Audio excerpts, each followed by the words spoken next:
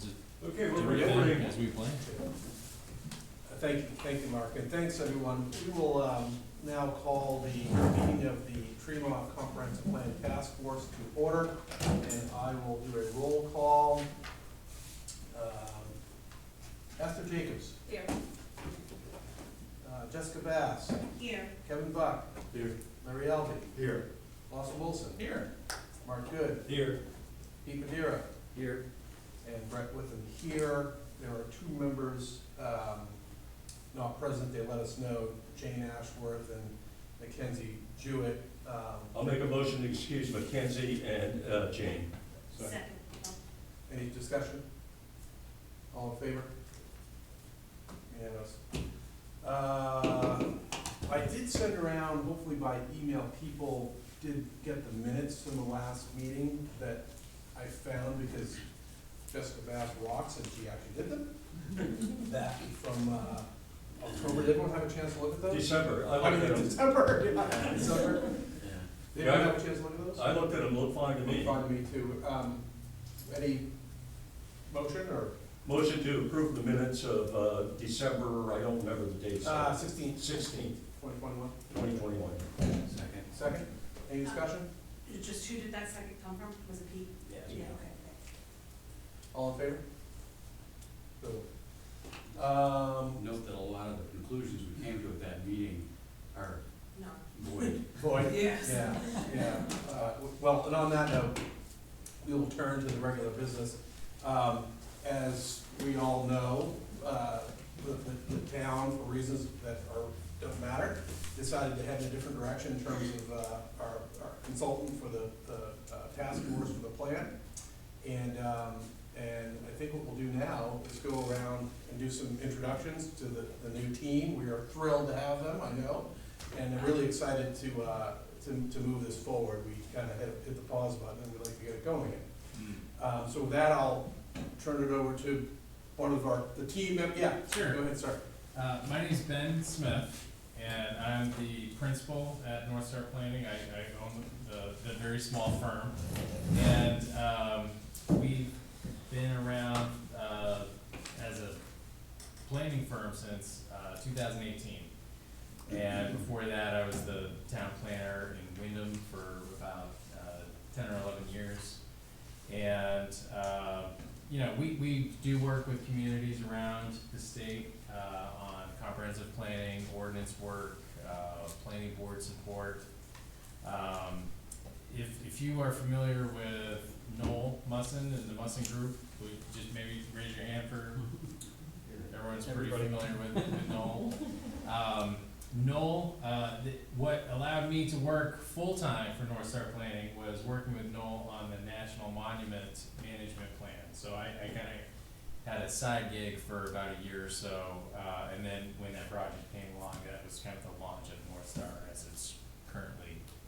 Look at that, Exactly, right. So that project, and we've done projects from Kittery up the coast to Millinocket on different sizes of projects. So super psyched. Noel is part of the team. He's not here this evening, but as we go around, we'll introduce ourselves and talk a little bit about what we're doing. But I will be, you know, kind of involved in the project. But I'll turn it over to Keith next. Yeah, my name's Keith McBride. I'm an associate with Ben at North Star Planning. My background is in planning and economic development and strategic planning. I worked for 10 years in Freeport for their Economic Development Corporation before joining Ben in November last year. So relatively new, but have a lot of experience in strategic plans, implementation especially, but I think that gives me an interesting eye on drafting of plans and creating goals, making sure that those goals are implementable. So that seems to be sort of the push I always have in these processes. So let's talk about what we can really actually get done. So I'm very excited to work with Tremont. We took a good long trip around town today. We got in town about 12:30 and have been Wow. journeying about and with and without Noel as a tour guide. So so first with Noel and then without. And it's a very unique town. I'm really excited to be a part of the comprehensive planning for the town. Cool. And Yep, Suzanne? I'm Suzanne Paul. I work for Noel at the Musson Group, and I started last end of June. So I'm also really excited to be a part of this team. I'm helping primarily with mapping support, but other things as they Yep. arise. And my background is in park planning. I worked for a large parks department in Montgomery County, Maryland for almost 10 years. And then my family moved to Bar Harbor last year. My husband works at the College of the Atlantic, and started working with Noel in June, and I'm really excited to be on this project. I'm currently, Noel and we just wrapped up the Rockland Comprehensive Plan and Swans Island, and we're working on the city of Belfast. So we're doing a lot of comprehensive planning work right now, and these are good projects we're excited to be involved in. And I will bounce it over to Sam. Sam, do you wanna say hello and introduce yourself? Sure. Hey, can everybody hear me okay? Yeah, I think so. Okay. Yeah, I'm Sam Picus. I'm actually calling in from Portland, Maine, so I'm quite far away. But I work with Ben and Keith at North Star Planning, and I've been there for about a year. And for this project, most of my work is in the public process, as well as the inventory chapters and survey analysis. And I have a different background, so it's kind of, I have some background in design, some background in ecology, and a background in planning as well. So I'm excited to be a part of this team and work on this project. Cool, and Sam, I think if our audio and video setup is gonna work, maybe just kinda stay on the line a little bit, and we'll maybe have a chance to go through the PowerPoint like we talked about before. So I think for Sam's benefit, as well as our own, is we had prepared an agenda, but I think it would be great to maybe just take a couple minutes at this point to get some feedback from the group about just kind of maybe a look back on what you've done so far, knowing that, this isn't it's a brand new project for us, but you guys have been at this for a little while, and we recognize that we're kind of joining a show already in progress. But I think getting a sense of, what you've done, where you are. Jesse's sent over a number of files of things that have been kind of in progress, but I'd love to hear from folks in the room about kind of where we are as a group as we kind of get ready for this, reset. I can give it a shot. Oh, okay. So at least from my perspective, we had, I think one of the achievements was the survey. We did put together a survey and get responses, and it was pretty well received. There were a number of responses. I'm told that the percentage response rate was actually pretty good.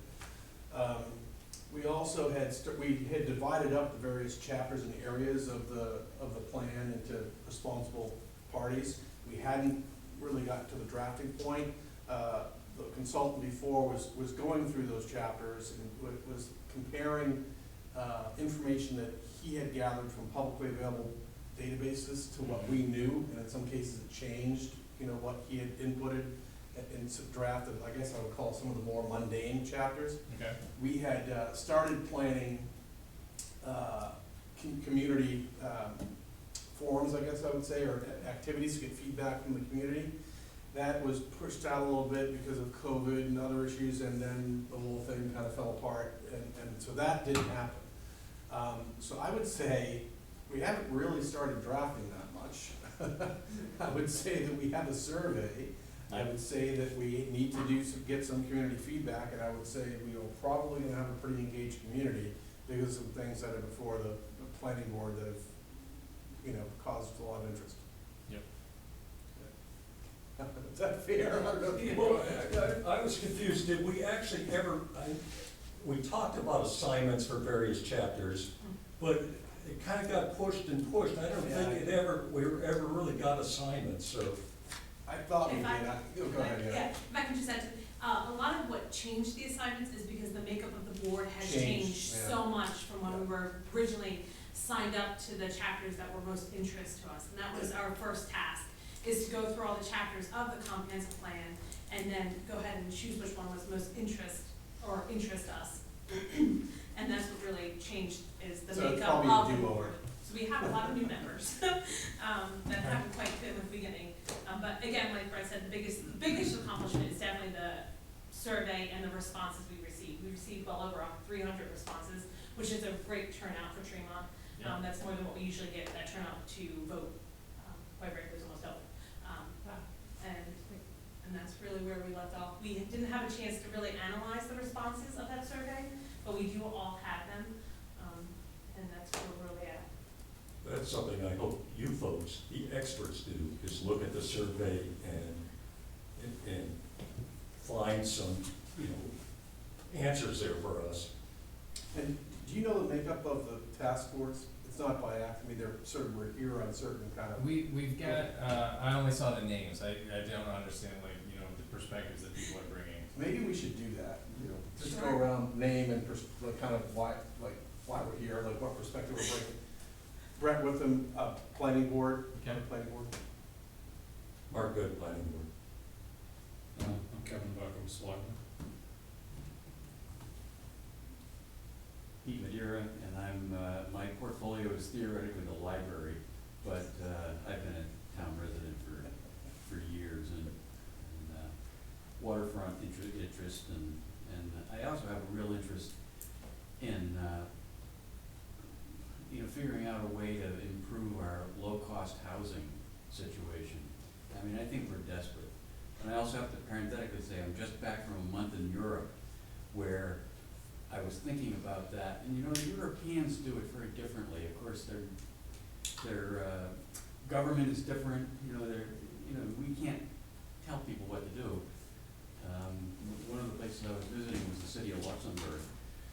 And they basically decided that a 10-acre farmer's field was going to become an economic driver for the city. And within 2 years, it's happened. We can't do that, but there must be something we can do to facilitate, energize something to get more lower cost housing together. Gotcha. I'm Jessica Bass. I'm on here because of the school board, but I was previously on here for the rec board, so I definitely have a passion for recreational services for our most vulnerable population, which include our young and our senior residents here in Tremont. But again, I'm here mostly to represent the school board. I'm Lawson Wilson, and I'm on the planning board. Larry, I'll be to represent the Harbor Committee. Bester Jacobs, I'm 2 meetings into being on the comprehensive plan task force, lifetime so far resident, and hoping to help Tremont be a great town still. And I would be remiss if I didn't also add that Jane Ashworth, who couldn't be here, did ask me to relay the one. She looks forward to the next meeting. She's worked as a computer system analyst for 40 years at the University of Virginia. Vacationed here. It's an interesting story, not atypical actually. And then had an opportunity to retire and build a home here, and now lives here year round. Her ideas over the next 5 years are affordable housing, public school needs, business versus residential, which we'll talk a lot about, I think. Working waterfront, I think, is very important. Opportunities, next 20 years, climate change. She's curious as to how the comprehensive plan translates to the land use ordinance and to the zoning map. We can talk a little, it actually involves the planning board, taking the plan from this task force and then looking at it, and I think that covers what she wanted to cover. Very much looking forward to Jane being here at the next meeting. She might listen to the video. And Mackenzie Jewett, Oh, who's not Mackenzie. here tonight, she's a select Also person as select, well. also select person, yeah, Mackenzie, yeah.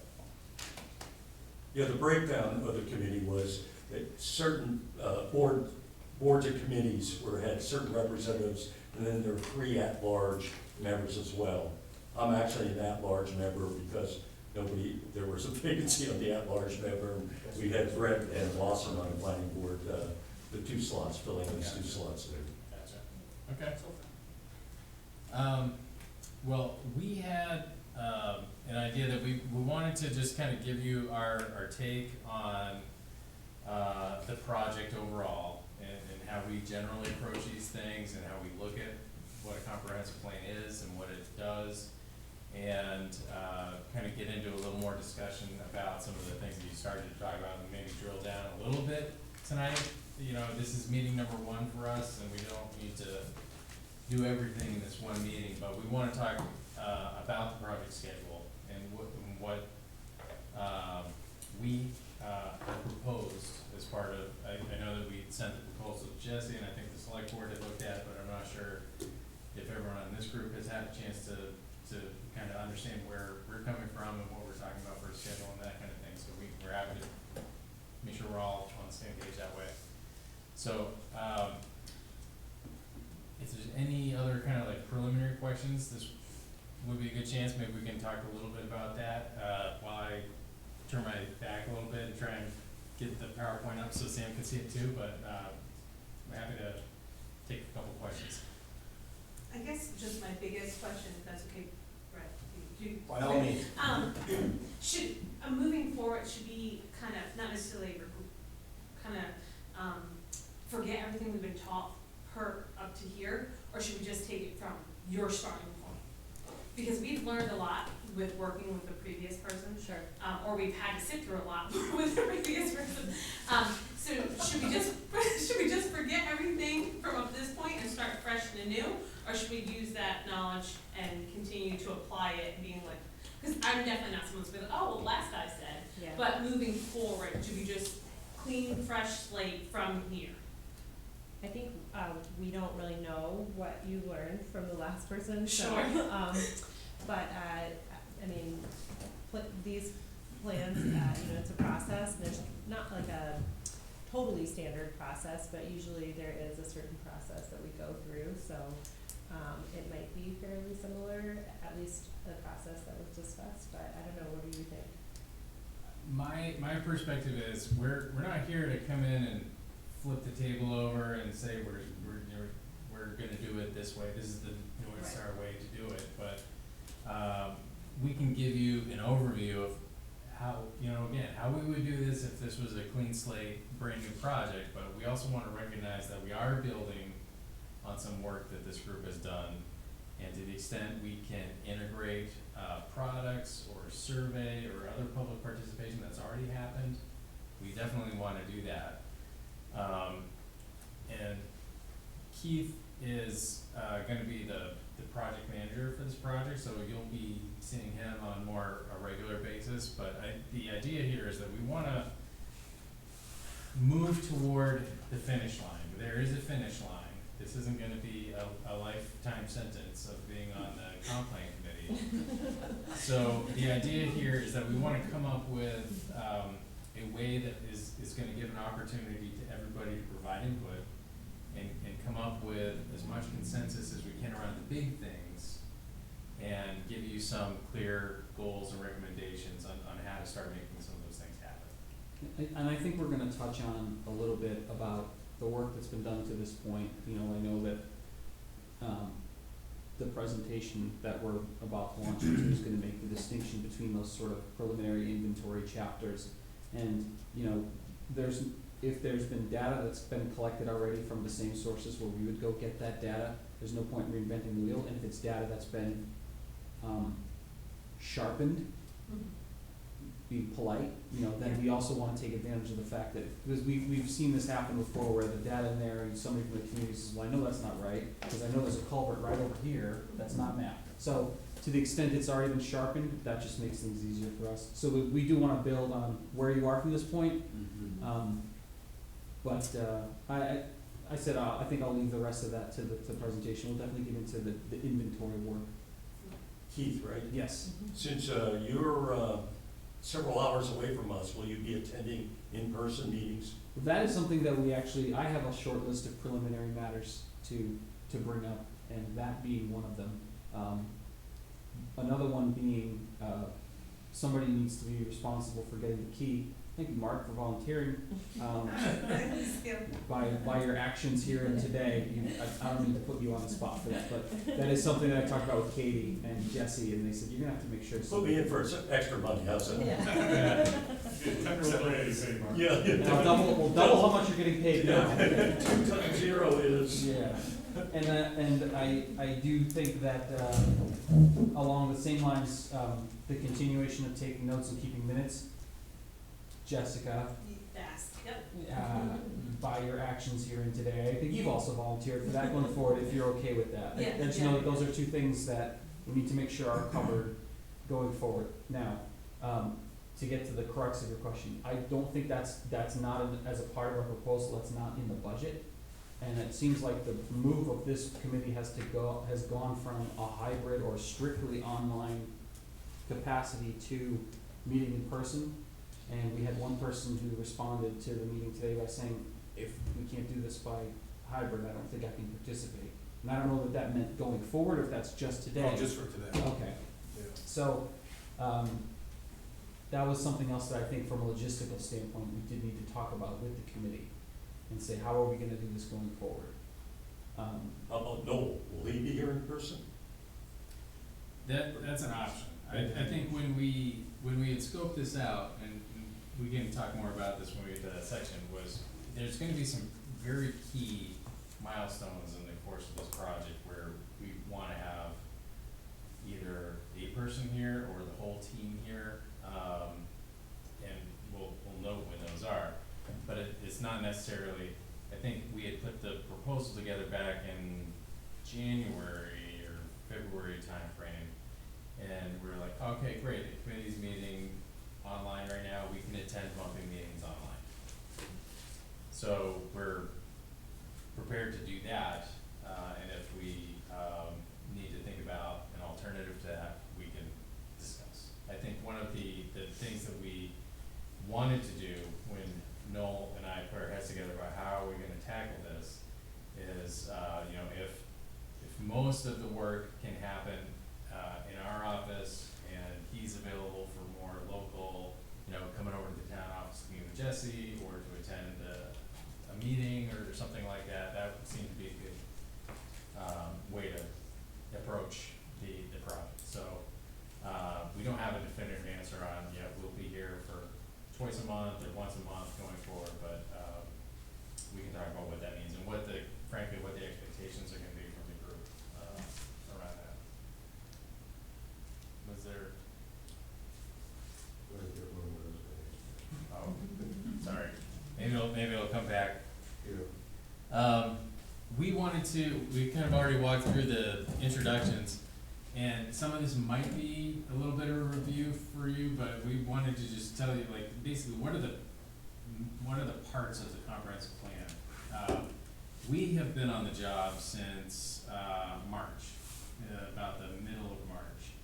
And we've started digging into the data, and we've been drafting, Keith's been drafting, and Sam has been drafting these chapters. And we'll talk about, progress we've made and kind of like getting our feet on the ground with understanding Tremont through the data. Today was a chance to, I know the question I had now. Yeah. It's about, have you read the 2011 comprehensive plan or that Tremont has? high Yeah, level. so I think the last planner we had, the plan, the 2023 or whatever it is, was gonna be kind of based on that layout, I think. So is yours gonna be totally different?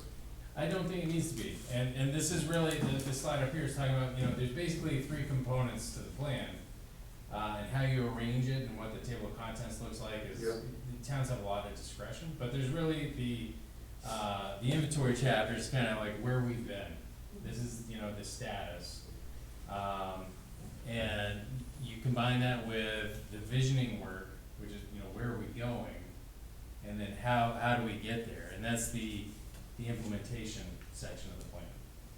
So these inventory chapters are the look back. This is where we've been. This is based on data from everything since the last comp plan. Every, census data, it's state data, it's federal data. But it's looking backwards. It's telling us, how has the town grown? where are the important natural resources? The extent of, business versus residential, those things that you can get from the state data pack is what we've started digging into. Sorry to interrupt, but is the latest census data available now? Not all of it, no. Yeah, some of it is like the decennial census data, they released the like stuff they needed for redistricting, and then other Very stuff high is level. slowly coming out in these Okay. like additional. So we're still operating on the old census data, pretty much. Well, there's a decent amount from the 2020 census, like for high level Total demographics. population, male, Yeah, female, age, but there's a lot more to come. yeah, yeah, and it's like every month there's new. So, that's really what the inventory chapters are, and if, it's very typical to have most of the plan be the inventory chapters, that's what the state requires, the state checklist is like, we need to have a water and natural resources chapter, a marine resources chapter, an economy chapter, a housing chapter, and it's kind of taking stock of where the town is. And when I think about where we're going, that's the part of the plan where you start to look ahead. And that's the vision statement, as well as the future land use map. And that is, the vision statement is based on public input, it's based on conversations with people in the community. The future land use map is trying to express that vision as a map. Just kind of, okay, when we talk about we're gonna be a welcoming community with housing for everybody, you know, where does that happen in town? And when we talk about a vibrant business community or working waterfront, like, is that from here to here, or is that from like this part to this part? And how we get there, that's when we start to get into a little more detail around the goals and policies, recommendations in the plan. We also start to think, there's required sections there about regional collaboration, like how do you address important regional issues with your neighbors? You know, sometimes it's water resources where, half the pond is in one town and half the pond's in the other town, or, a beach, or those kinds of, concerns. And then there's an implementation section where you start to lay out at a fairly detailed level, like, okay, for this goal, who's gonna be responsible? And starting to prioritize things around, you know, is this, something we need to do in the next couple of years, or is this something that can wait for 3 or 4 years after we do these other things? What is the order in which things happen?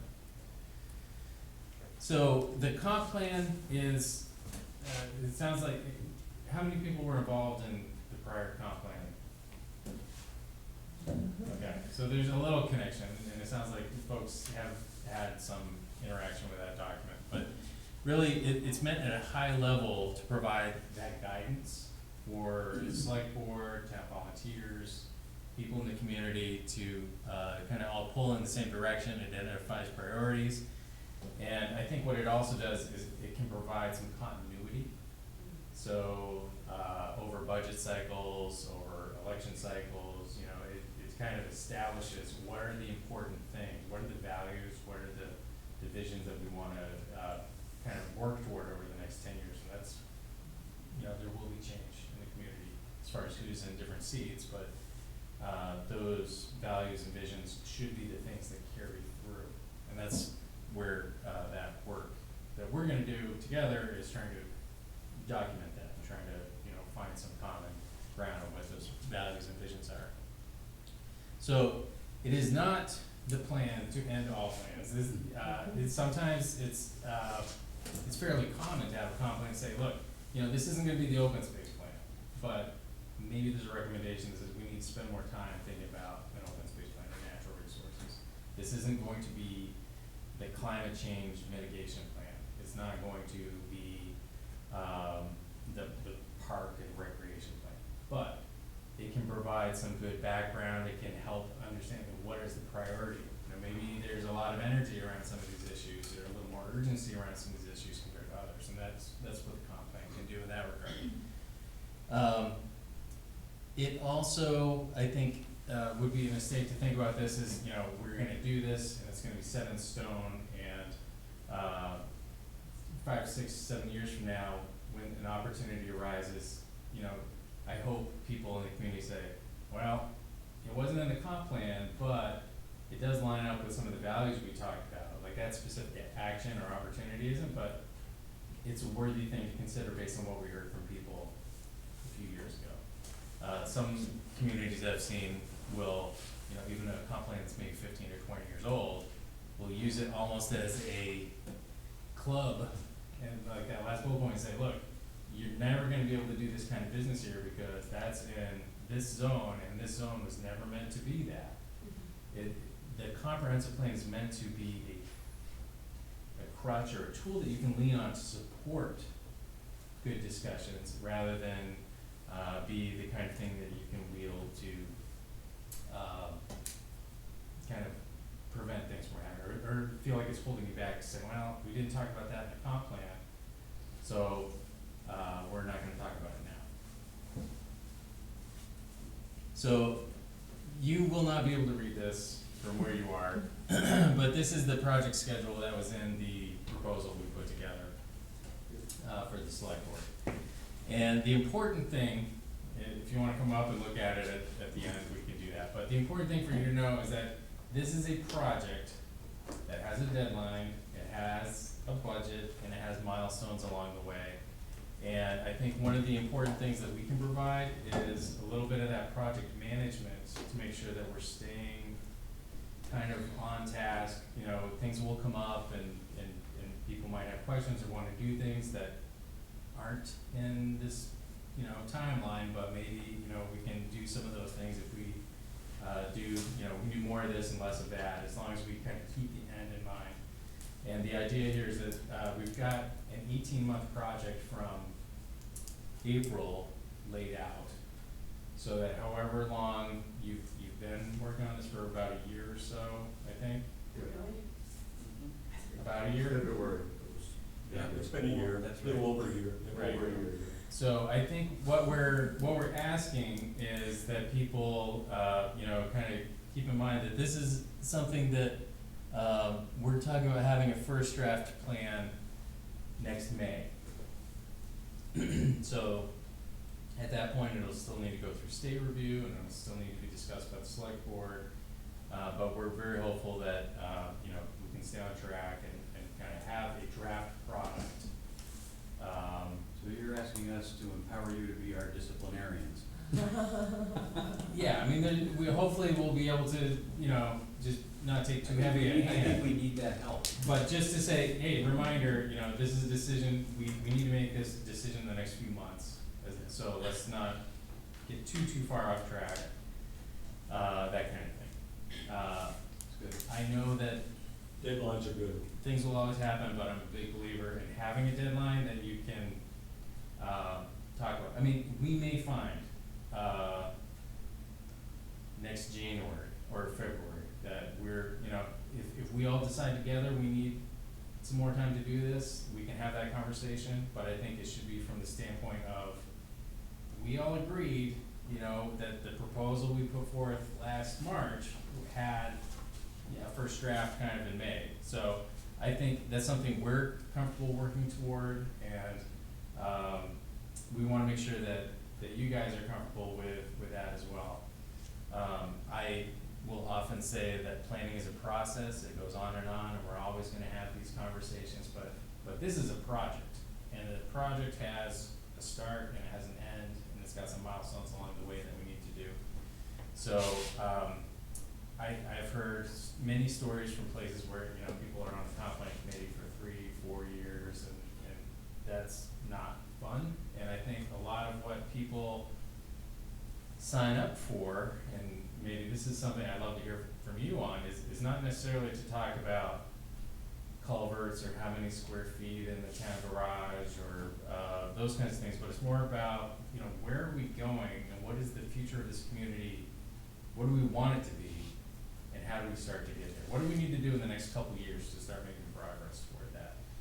As opposed to trying to break down, you know, how many plow trucks and what is the age of the fleet and that kind of stuff. That needs to be in there. That needs to be in the plan. The state's looking for that. Does that mean that when the first draft is done, we wouldn't have to meet monthly necessarily? So our, It would taper off after that? our hope is that we wanna talk about what we're doing. We've got it broken down into different tasks here. The task one is the inventory and analysis, which is that's the look back. We're gonna get all the data, we wanna, draft these chapters as best we can, just based on the data that's available. But there will be questions for each one of these chapters that I think need to be answered by people in the community. And it's gonna be maybe some of those things that you've already started to get a sense of, but like Keith was saying, there's no way that the federal census, the state does not have information on how many vehicles are in the fleet, or how many books are in the library. That's the kind of stuff that we're gonna be leaning on Jesse and on you guys to help make sure that it's complete and factually correct. But we can do a lot of the lifting to kind of get us to that level where we know what those questions are that need to be answered. So that's where some work was done. I'm hoping that you have, either from the prior consultant or from Jesse, the drafts that we started on, because we started to go down through the inventory and do just what you're suggesting, the local, adding the local knowledge in there, and we did a fair amount of that. I don't recall where we ended up, but I hope you have that. We do. We got everything, that they had given to Jesse, Okay. and Jesse had, So you're basically more have than two emails there's worth sort of. of really two buckets of what you have to work with and what we did. That and the survey, and that's it. Okay. So, task one is the inventory and analysis. Task two is the visioning and values, that kind of looking ahead kind of work. The goals and policies and strategies, how you, and the implementation is how you make it happen. And then there's the, review and adoption. So that is, that final one is kind of, state review, local review. One of the questions I have is, is this a document that, the select board is gonna vote on as official town policy? Is it gonna go to, a ballot type question for the town to decide, or, what is the, from a state perspective, there. Those have to be approved by the town, by the vote. Yeah, I would expect some kind of official adoption that, would then make it an official policy that this select board, a future select board could really use. It's gonna be valuable regardless, but I think that having it be some kind of official town document would require a vote of some kind. So if you're looking at a rough draft by May, you're looking at another year before town meeting's gonna approve it. Unless we do November A election, special town meeting. or a special time. Yeah. Which November, we can do November. So, happy to talk about what that looks like as we get a little closer to it. I think the idea here is that I'm kind of blocking the window here, but the idea is that the state's gonna require some time to review it and get comments back, and there might be a round of revisions. I'm positive that, this group will, want a draft and then maybe a second draft to kind of polish up some of the rough edges. So we had, first draft in May, and then, maybe a second draft in like August, September kind of timeframe. So that part's a little less in our direct control. I think we have very good control over a project from now until first draft, and then at that point, it's, we kind of release it to the state to do their thing, and they take, 60 days and 45 days and those kinds of statutory things. So, Who at the state are you releasing it to? the plan itself goes to the Municipal Planning Support Program. It's the Department of Agriculture, Conservation and Forestry. There's currently, Tom is the only planner there. And he's reviewing all this. So Tom has got, he does his own review, but he's also the, traffic director. And he takes these planning documents and sends transportation chapter to DOT, sends the natural resources stuff to DEP. They have their own checklists and things that they're looking for. This slide here, basically, the inventory chapters is where we've started our work. We've started compiling some of the state stuff that we're gonna wanna combine with the local information that you have started to put together. But the inventory chapters are really for the state. There's this checklist, I'm not sure maybe you've seen it or not, but it's basically a table of contents for, you know, here's the chapters you need, here's the answers and the information that need to be in each chapter. That's what they need to say, yes, yes, yes, yes, you have a consistent comprehensive plan. It's important, but that's the look back. That's not a future policy guide, which I think is really where the value of this effort lies. So, with that being said, we wanna take all those inventory chapters and by the end of the summer, have some really interesting trends, some analysis, some data that we could, you know, show you that we think is interesting, surprising, valuable, and have some good conversations about that. And say, what does this mean to you? Like, here's how many building permits the town has issued in the last 10 years. Is that good? Bad? What does it mean? Are they, you know, those kinds of conversations, I think, is what's gonna come out of the data. And that's where I think the fun part of the process is thinking about, you know, what does that mean? What do we do with it? So that becomes the foundation for looking ahead. So sometimes it's 200 or 300 pages, but if we can kind of boil it down to 8 PowerPoint slides and say, look at this population data, look at this commercial data, look at the. I have one more question about the timeline, is where we've been delayed a year or whatever, is this gonna be okay with the state as far as being in line with our last comprehensive plan? You're stretching it out a year at least. Yeah, having a comp plan that, if you're finding if consistency has expired, if it's been more than 10 years since the plan was adopted and found consistent, Which it has, it doesn't invalidate the plan itself, and it doesn't invalidate your land use ordinances. But it does, have implications on if the town were to apply for a grant. It does have implications on if you were to develop a new ordinance around like, growth management ordinance or impact fees or, other types of new land use. Those things you wanna tie in state statute to a consistent comprehensive plan. So I think, you know, there's nothing you need to worry about to say, oh, our zoning is now invalid, or our, all the policy guidance we've been relying on is now out the window. There's some very specific things that has implications on, and then there's some more general, you get less, goodies when it comes to bonus points on grant applications and those kinds of things. But once we get the comprehensive plan done and approved, we'll be back. Correct. To you. Yep. I just don't want it that, you know, we do all this work, but it turns out we're too late. Well, We're already too late. it's a very good question, but the town's not in any kind of like legal jeopardy or anything like that. I think that this is a thing that the statute's really trying to encourage these kind of regular community conversations, and that it's not like, your current zoning's invalid.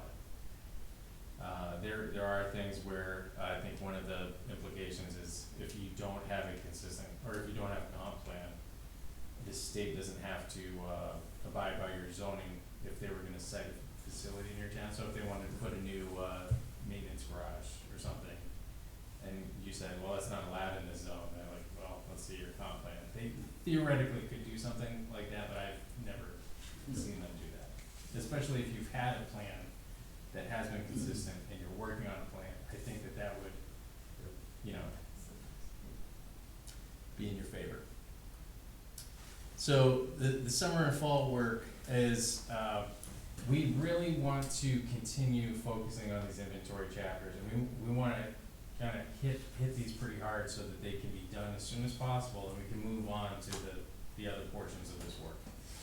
And I think the implication of that is, we will be doing a lot of that chapter drafting, in our office, and then giving you guys regular updates through the summer and progress drafts if you want them, but our goal on the timeline is to have first draft chapters done for August. Of this August? Correct. Yes. So that we can move on to the next part of it, in the fall, to start talking about visioning and values. Right, can you talk a little bit more about what your dream role for us to play as you're drafting those chapters? You sort of alluded to like reviewing it with us or setting, Us gathering. what do you think we should be doing? Local knowledge. Right, and my question is how? Like, what's the Right. process, like, You wanna- how do we engage in that process? Well, yeah, it sounds like you've done a little bit of that already.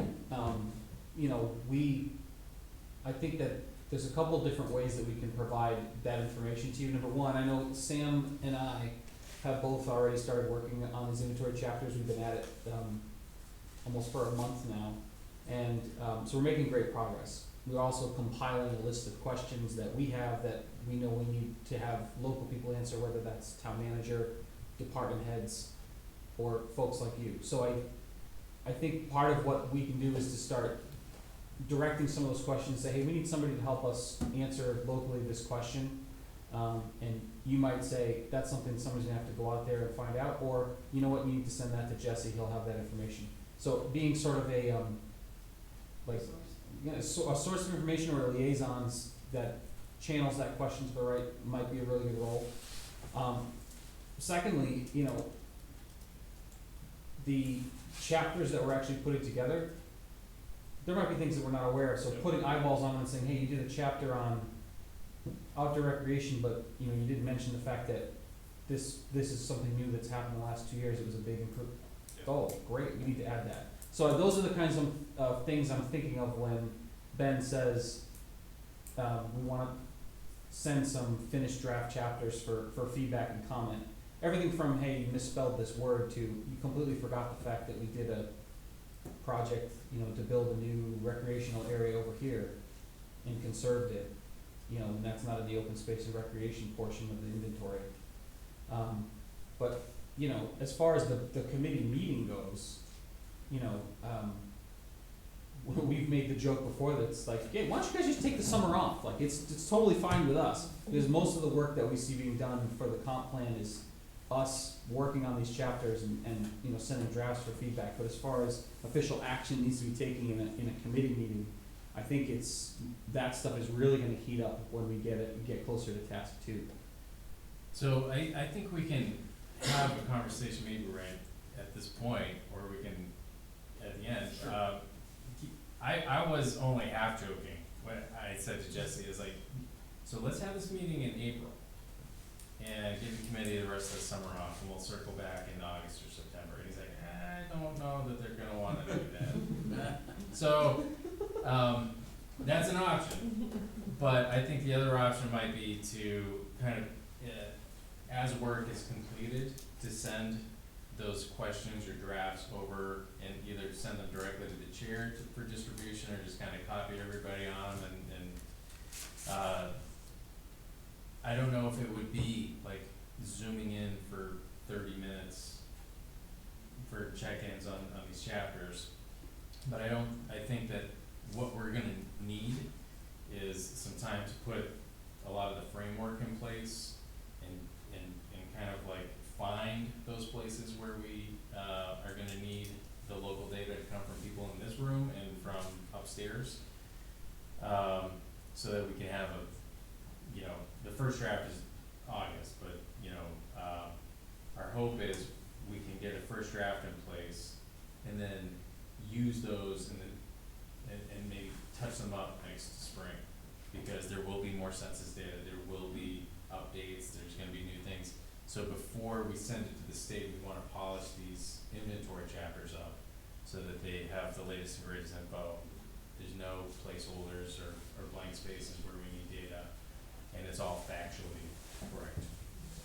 So I think what we're gonna be able to get out of these first drafts are the, you know, like I said, the interesting, the surprising, the key data trend that we can build the public process on. We can definitely have that in August, and I think the question is gonna be two parts. One, what does this committee, how would you prefer to be a part of that as we work toward those first drafts? And number two,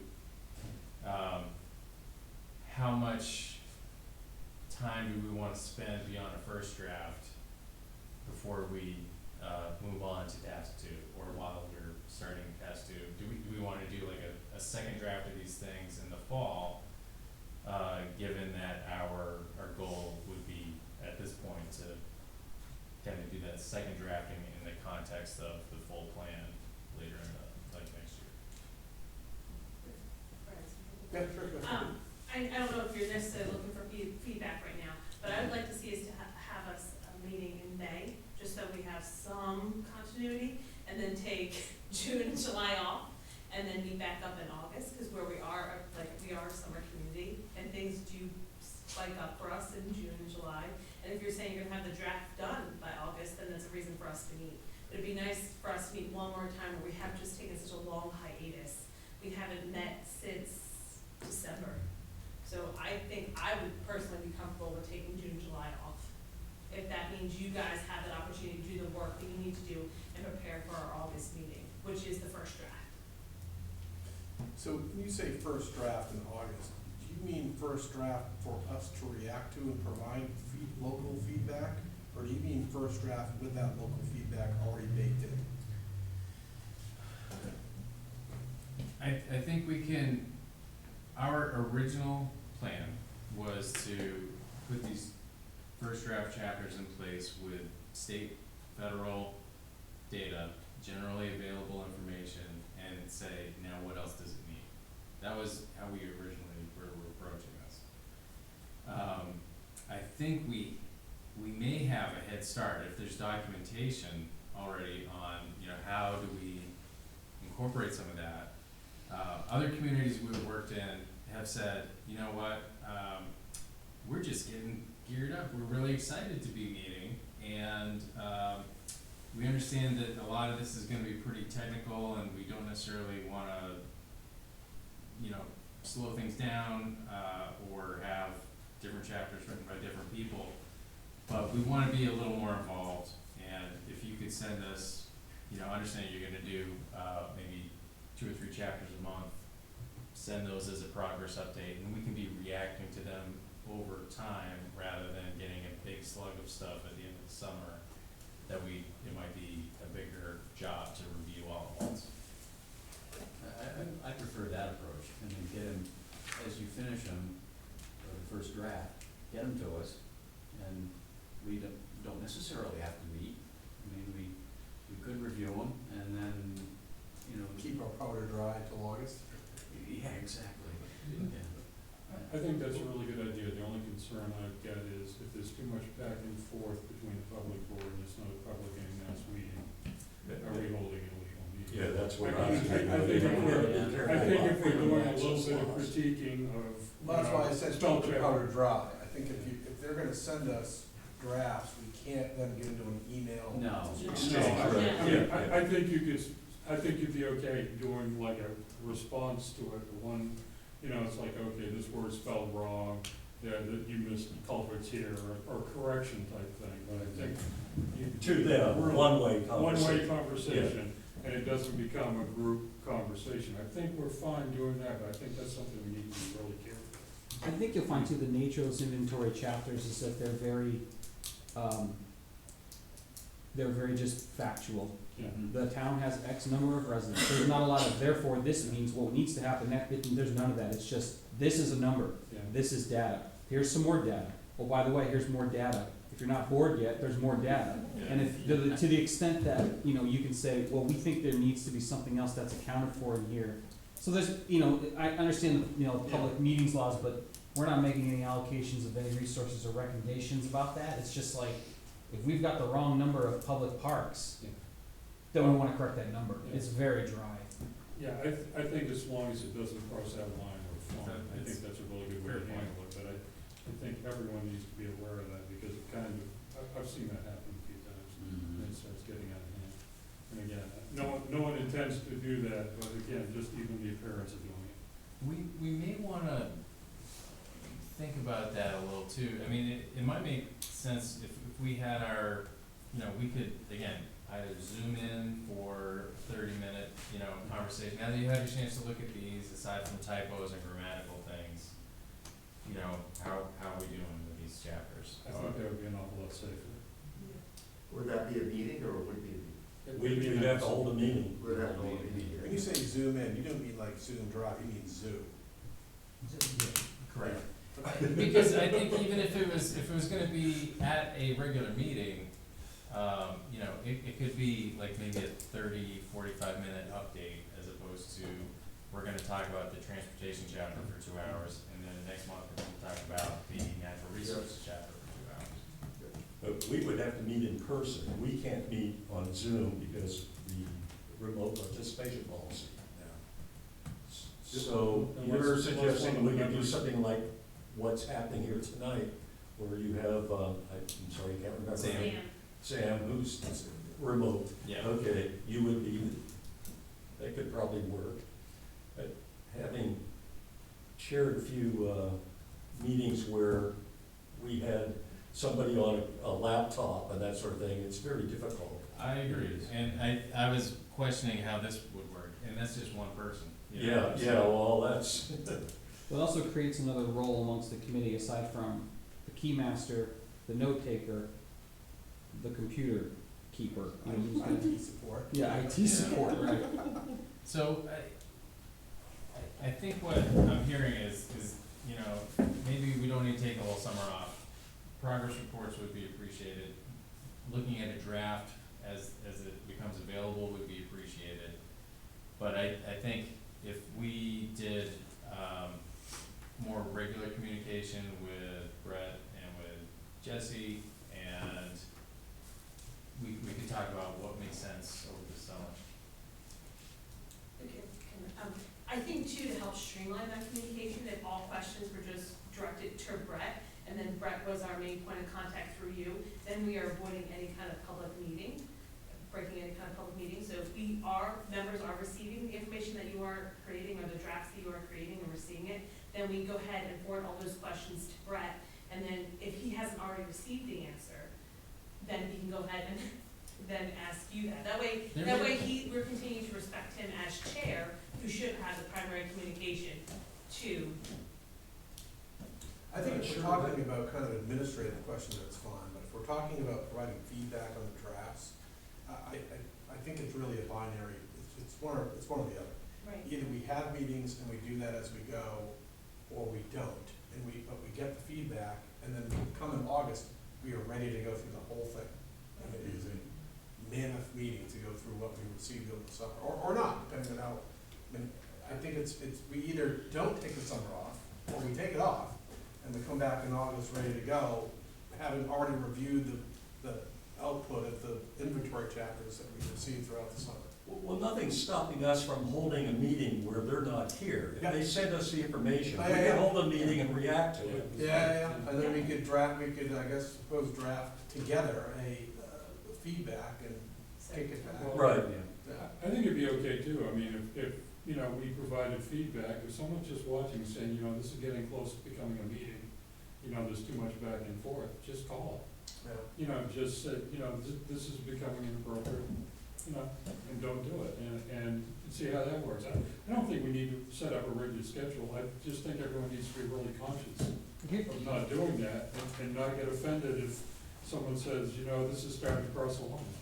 But here's an out-of-the-box idea and I'll ask Ben to stop me if this is completely improper, but could there be sort of a subcommittee of the task force, 2 or 3 people whose job it is to kind of receive these drafts, provide updates to the rest of the board. Yes, this week we got a draft of transportation, we looked at it, we think there might be some problems with this, but we're gonna check with Jesse or Public Works or something. No, Just CC everyone. yeah. I mean, it just bogs it down if someone misses something. It still raises issues about whether it's a meeting or not, okay, depending on the number of people. Yeah, I think the full committee needs to weigh in on these things, And, not just a And subcommittee. again, if it's just corrections, it's not a big deal. and I think the work that we can do to help you lighten the burden over the summer is come up with those key questions. We can say, maybe, here's 3 chapters if you wanna read them, but here's the 5 things that we need an answer to for each one of these. Mm-hmm. And we can get those emails from the chair or from Jesse, and that will be the draft, you know?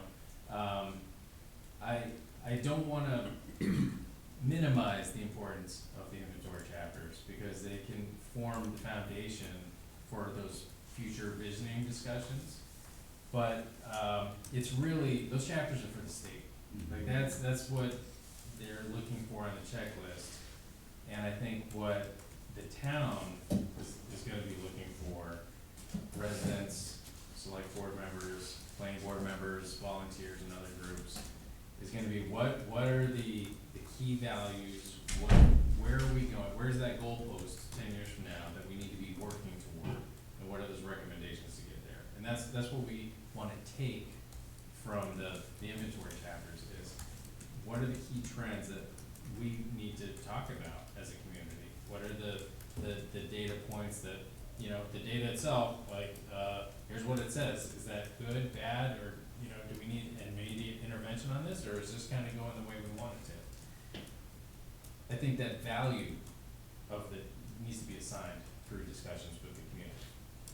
So, that said, in the fall and winter is when some of that discussion will be taking place. We're gonna wanna spend a little more time talking with this group about the survey, and understand a little bit more about if there's been other types of outreach. We had scoped out in our proposal,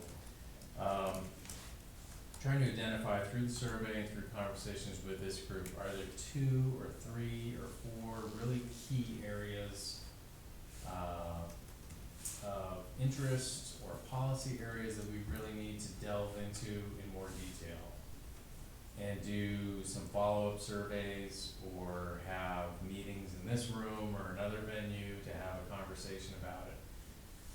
So that we're not necessarily saying, all right, what do you want the future of the town to be? It's more like, what are we gonna do about the waterfront, or what do we do about housing, or, and those kinds of things, so that they're a little more focused. And What we talked about was taking some of the key issues from the survey and then having community forums to get input from a larger group of the members of the community to those issues and try to find out more from there. But that's never happened. The only thing that's happened is the survey. Right. So I think that would be a great thing to start thinking about for the fall of this year. Like, before the end of this year, maybe early winter, if there's a series of surveys or community meetings that need to take place. At the end of that work, by the end of the year, we're gonna wanna be close to having a draft vision statement and value statement, just high level, statements about those things. So, I'm happy to go back, talk about the schedule a little more. I think we've gotten some good ideas on how to present the work that we wanna do over the summer. I don't know, this might be an interesting point to say, you know, confirm an assumption that we made was people in this group aren't gonna wanna spend a lot of time with the data, or a lot of time coming up with the inventory chapter work. People in this room are probably gonna wanna spend more time thinking about the future, thinking ahead. And that's how we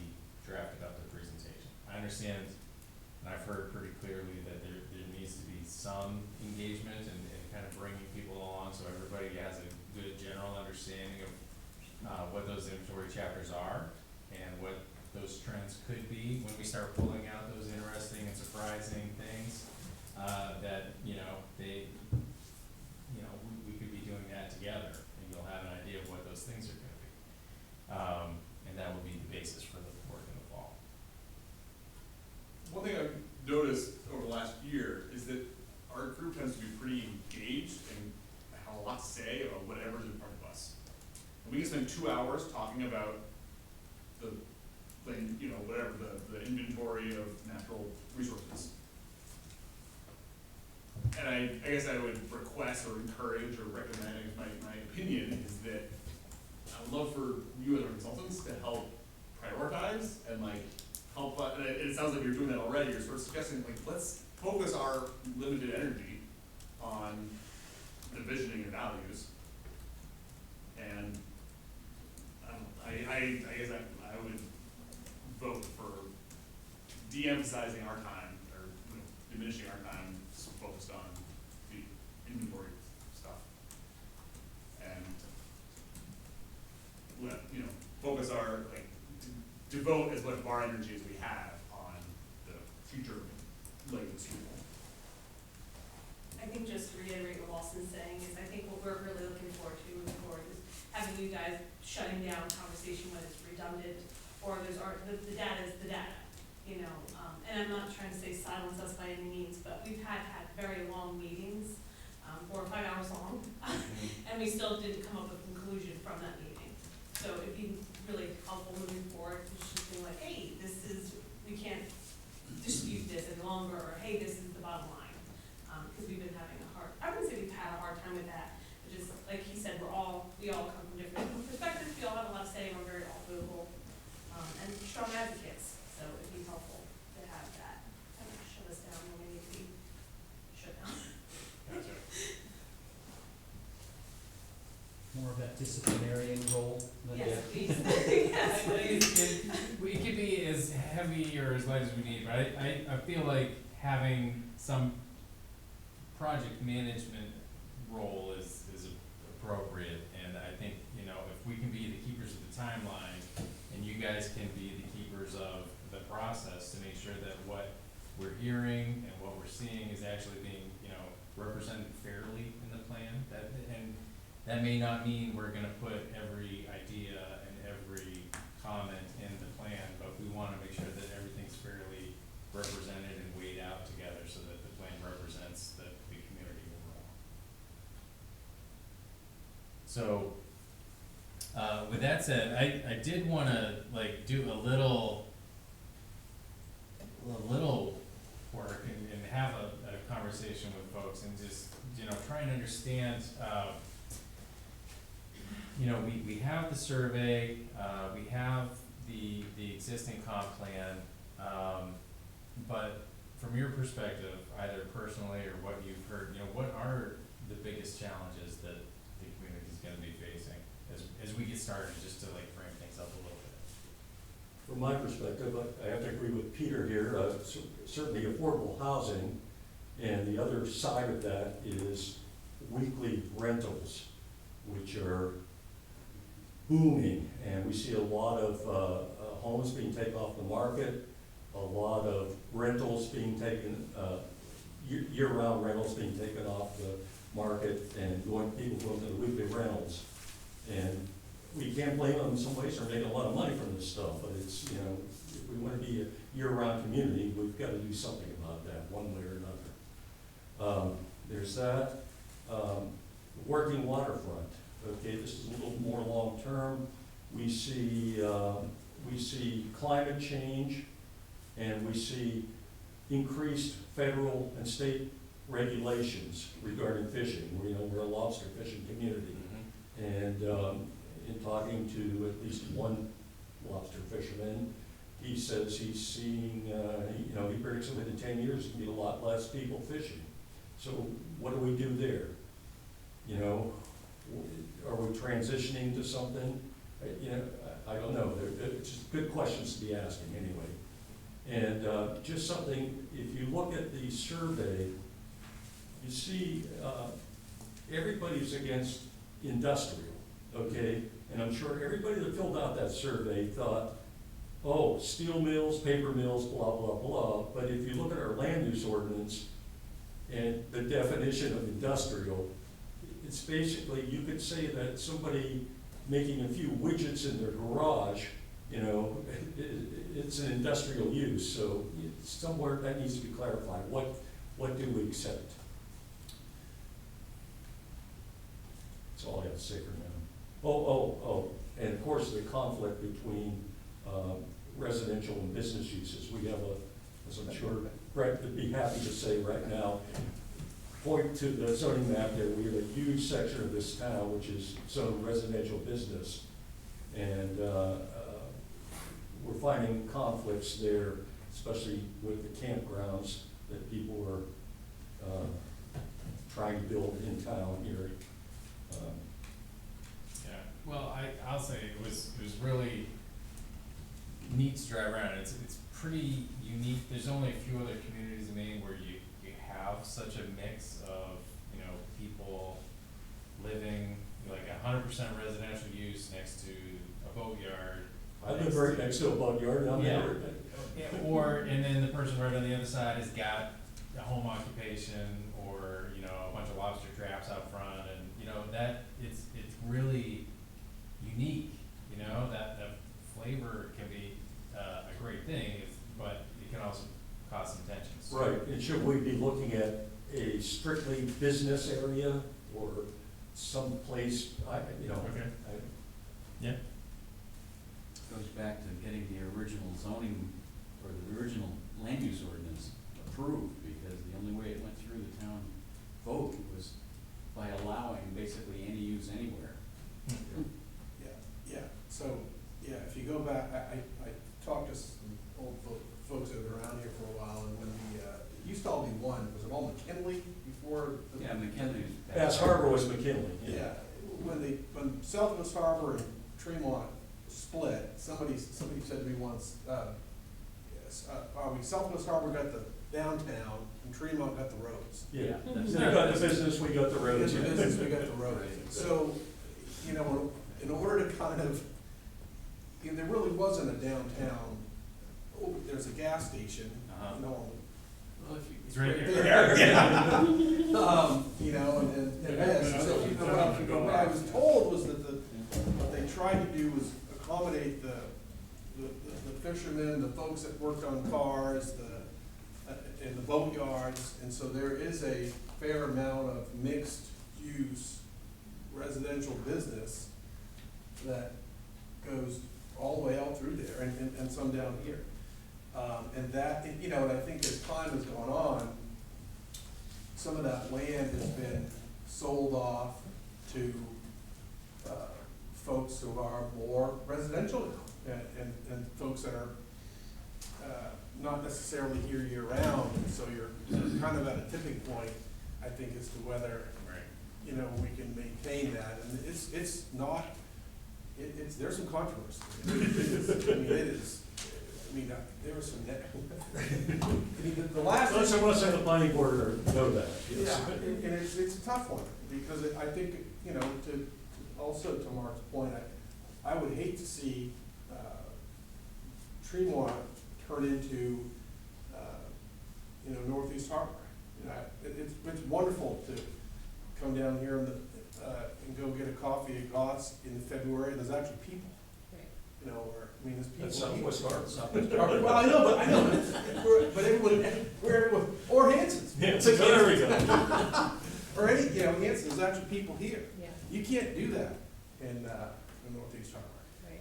So, Yeah, but I think one of the things that I'm interested in is seeing, can we, over a 10, 20, 30-year period, somehow create a small downtown area yeah, somewhere?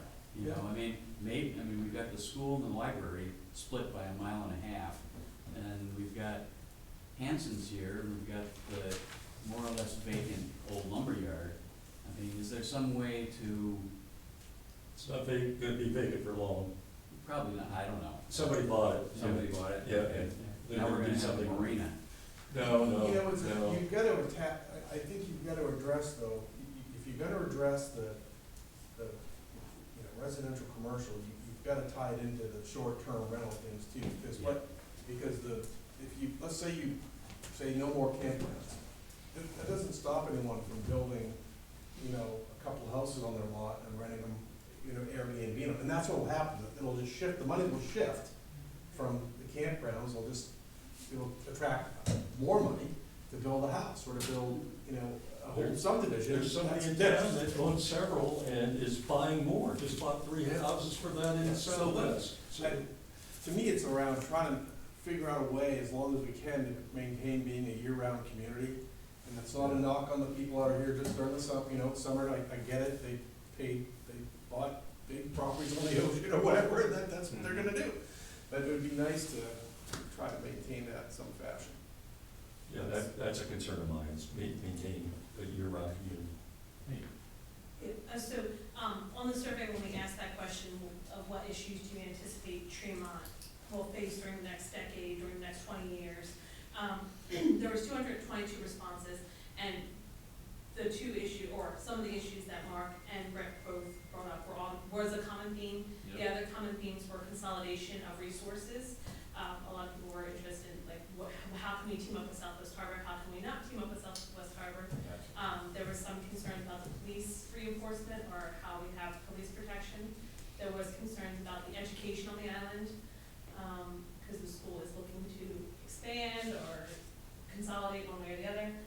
There's also a lot of requests for recreational services for the youth and our aging population. And I'm supposed to know the one. Overpopulation is obviously a big trigger right now. Global climate change. So I think those were the bigger ones that I didn't hear mentioned when Mark and Brett were speaking. Oh, and bike lanes.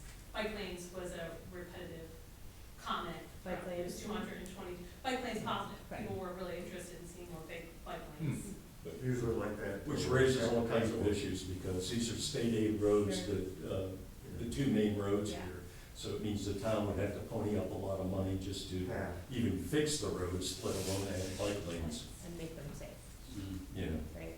When you say overpopulation, do you mean like the population, people are concerned that the population is growing too Yeah. fast? There's a Yeah. contingent that would just as soon put a gate on the when you come on the island there, Yeah. there's a view that we probably ought to put a gate there. Do you mean a gate for Tremont or a gate for the I whole mean a gate island? for the island. Okay. I don't think they mean permanent. Tourists can just send the money. Yeah. So tourism fluctuating. The Yeah. park is A really tourist gate or a year-round resident gate? the tourist gate. Okay, got it. I mean, I know one we're of done. the things that's happened even since I've been here, the park You're gonna has have records. passports.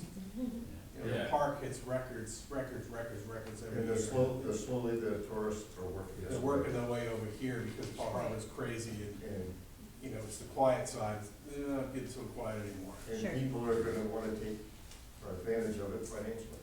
That's Yep. what became the lack of, permanent jobs. I think the actual population of the town from 2010 to 2020 has not changed that much. No. I mean, it's within 3% or something. Yeah. It was way under what Longer they than estimated that. it would be in Yeah. 2011, by 500. So it's the summer residents and the tourism that's causing the impact. Yeah, Mhm. over a longer period, we've actually dropped population.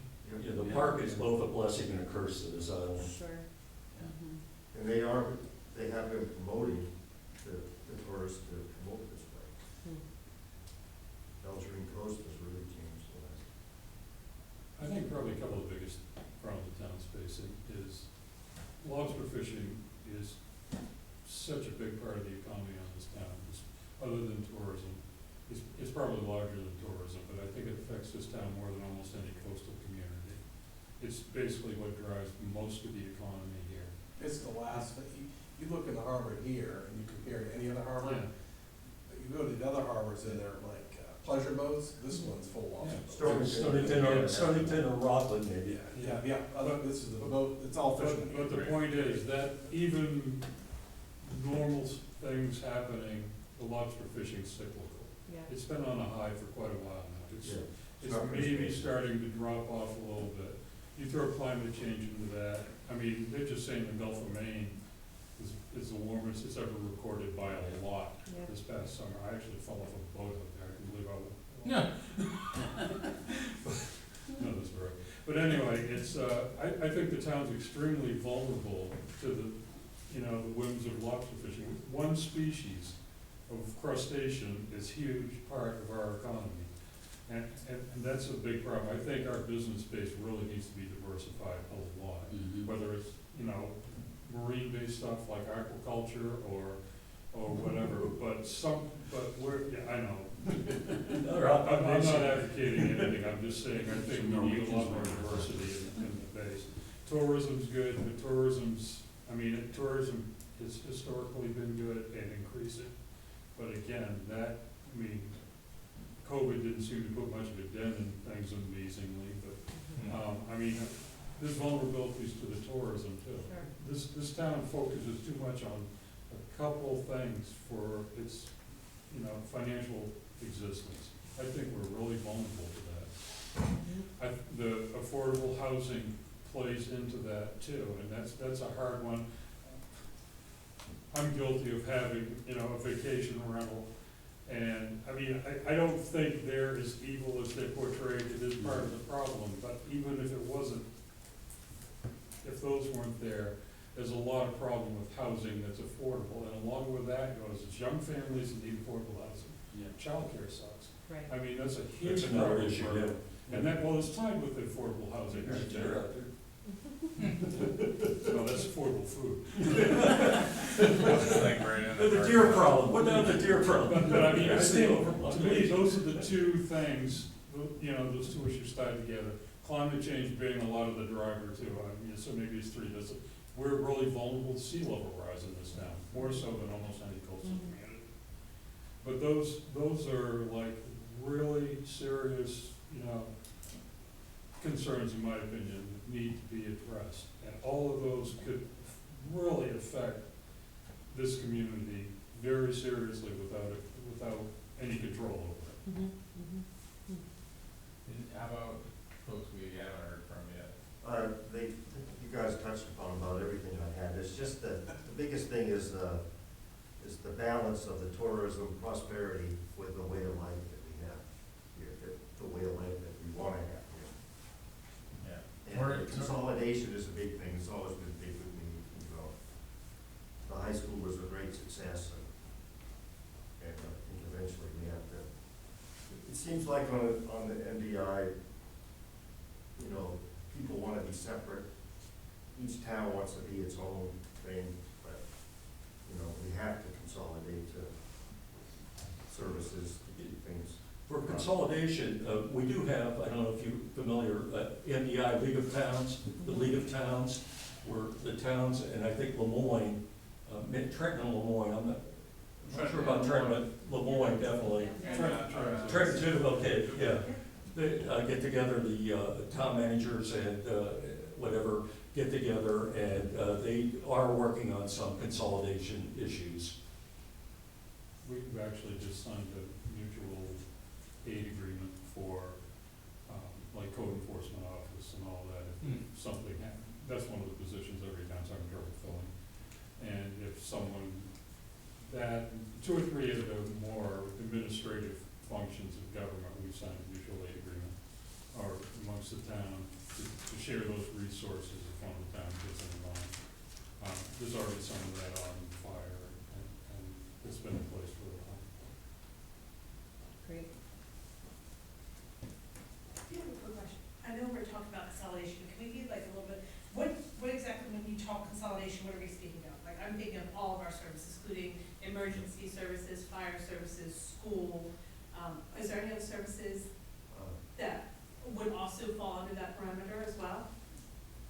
Kevin just meant. The code enforcement, yeah, I heard that, yeah. I would add planning to that. Planning, yep. Like, some towns have professional staff planners, we don't, Right. but maybe in the next 20 years, There was something else. We're talking about maybe sharing some sustainability stuff, Yeah. Yeah. some of that work. major towns, Yeah. working on sustainability plans now. And transportation. Oh, yes, transportation was a big one throughout that we had a lot of responses from on the survey. It was trying to come up with a good transportation system for us. 'Cause this year, we didn't have the Island Explorer on our That's side. 2 years. 2 years, okay. Which affects our Consolidation, they've senior. also talked about like, fuel and things like that, they're getting together Making for. buys and stuff like that. Yeah, yeah. So, if we're thinking about these as long-term, 10, 15-year challenges, things that need to get, we should be preparing for or reacting to, does that list change if you think about, like, what are the biggest challenges in maybe the next 5 years? Or are those the same issues?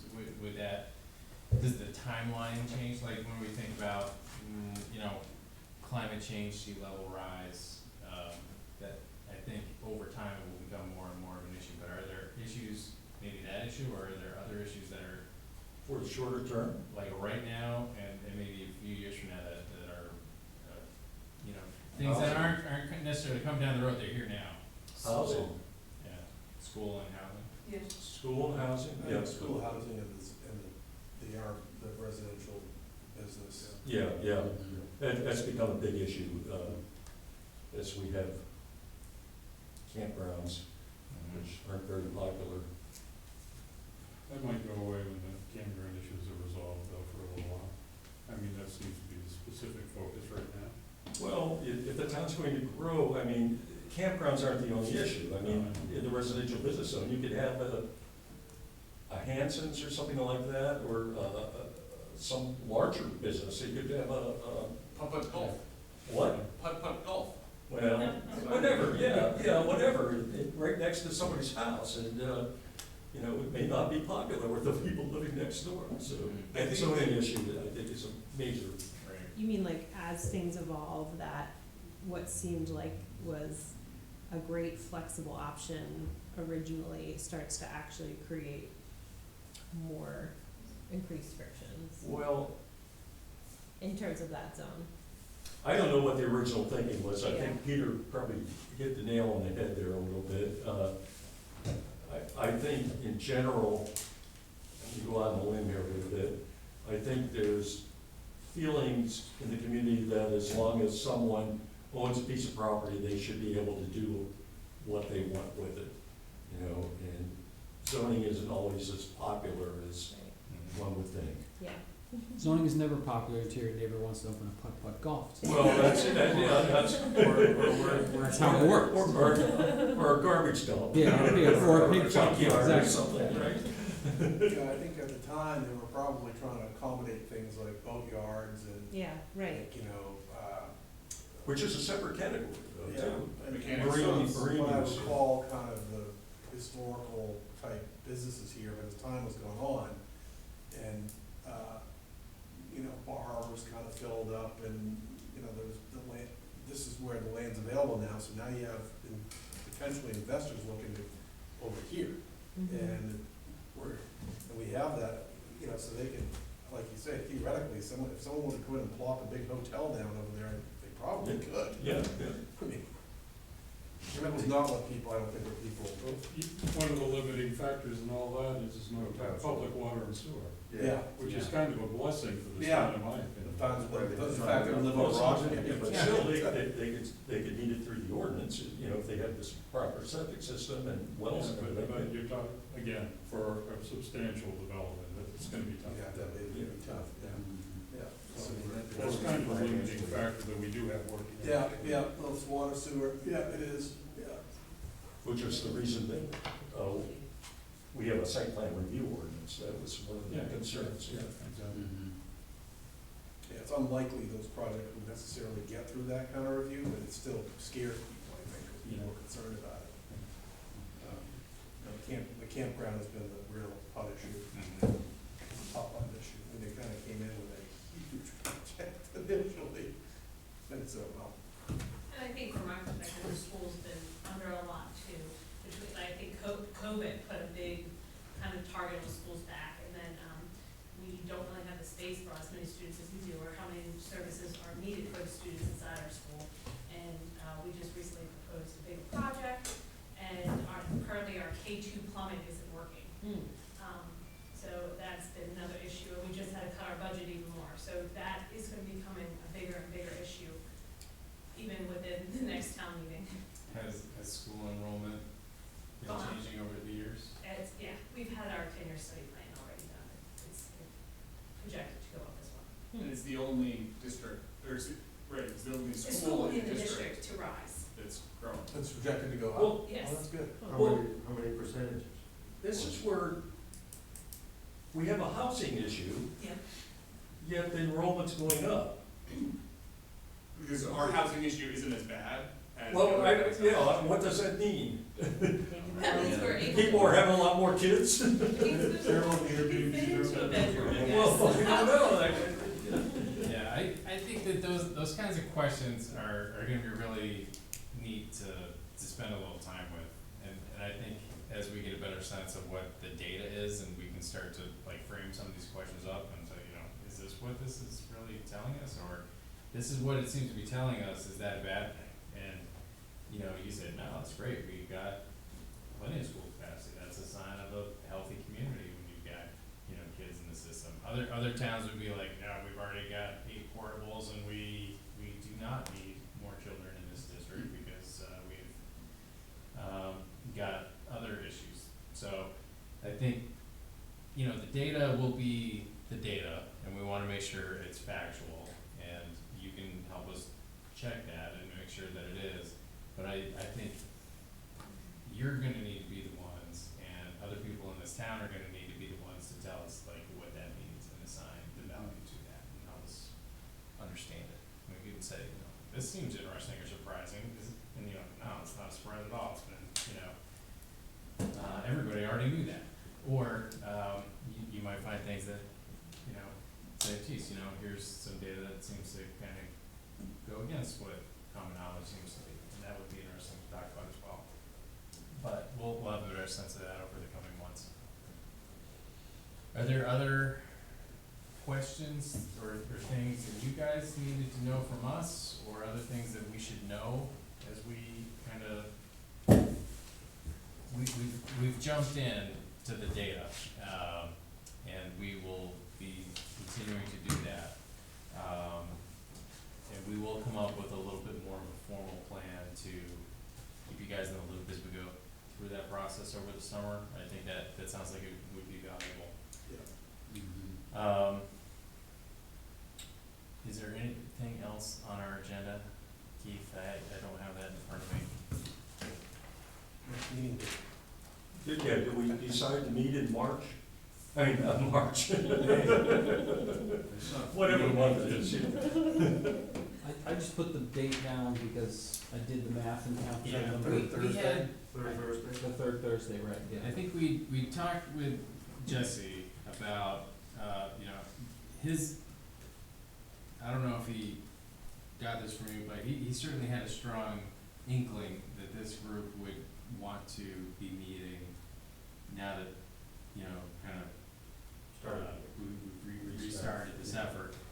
So I think that would be a valid question. You know, again, from our perspective, providing those, updates and questions via email, or kind of being the online guest for a portion of a meeting is an option as well. But I don't know that, from our perspective, if there's really not a lot to do or discuss until we have the data advanced a little more. I'm fine on Yeah, I'm fine with that. Not meeting. Yeah, it's not great, but I think people need to understand that there's, you know, sort of, I'm clicking in here to what we did before, that there's some, you know, background and structural work, I think was the word that needs to be done, that we're not, there's not a lot of input for, until they have to just go and do that. Yep, no, I understand that, yeah. You know, I think the reason Jesse had mentioned that is because we have had some planning board and select board, meetings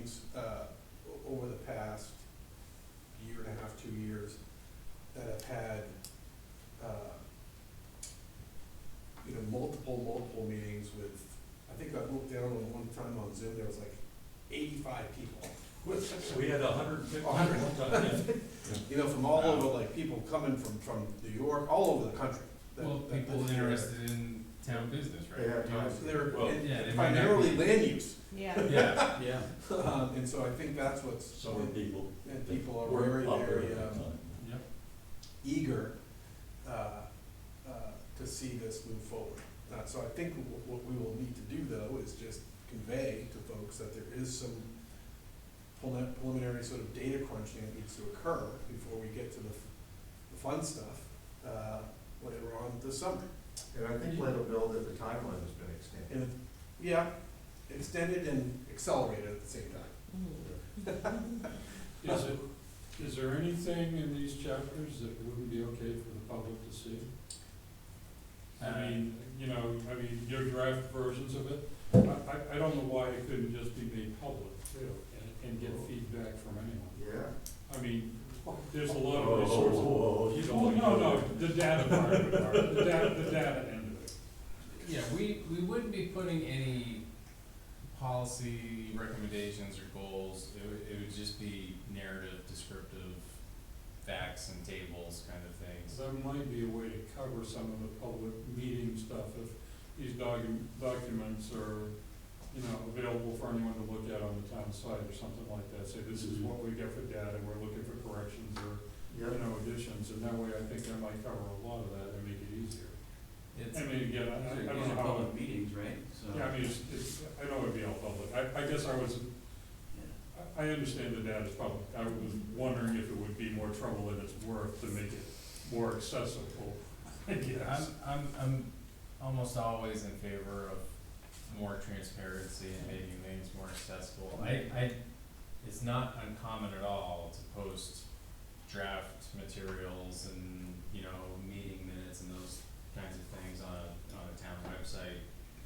I certainly leave it to the town and the committee to figure out how they wanna do that, but I would want a little, I would prefer to see a little structure around, like maybe, we could post the drafts and have them be available for folks, and then maybe when we're ready to accept feedback, we can let people know at a select board meeting or Facebook or whatever, and then say, we're gonna take some comments on these for the next 3 weeks, and then we're moving on to the visioning, or something like, we'll come back to them in the spring. My guess is you wouldn't get a lot of response, but the fact that it's so obviously public Mhm. covers an awful lot of that. Mhm. You know, that transparency is Yeah. there, then no one can argue about I it. think it's important to let the public know that it's resumed and that we have a good plan Yep. out there. Yeah, and we aren't proposing to do this work in, you know, a back room or the back cave or the nerdery, as Keith has put it in the past, but it really sets the stage.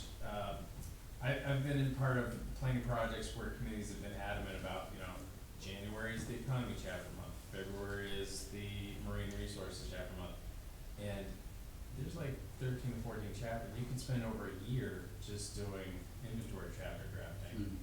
So I think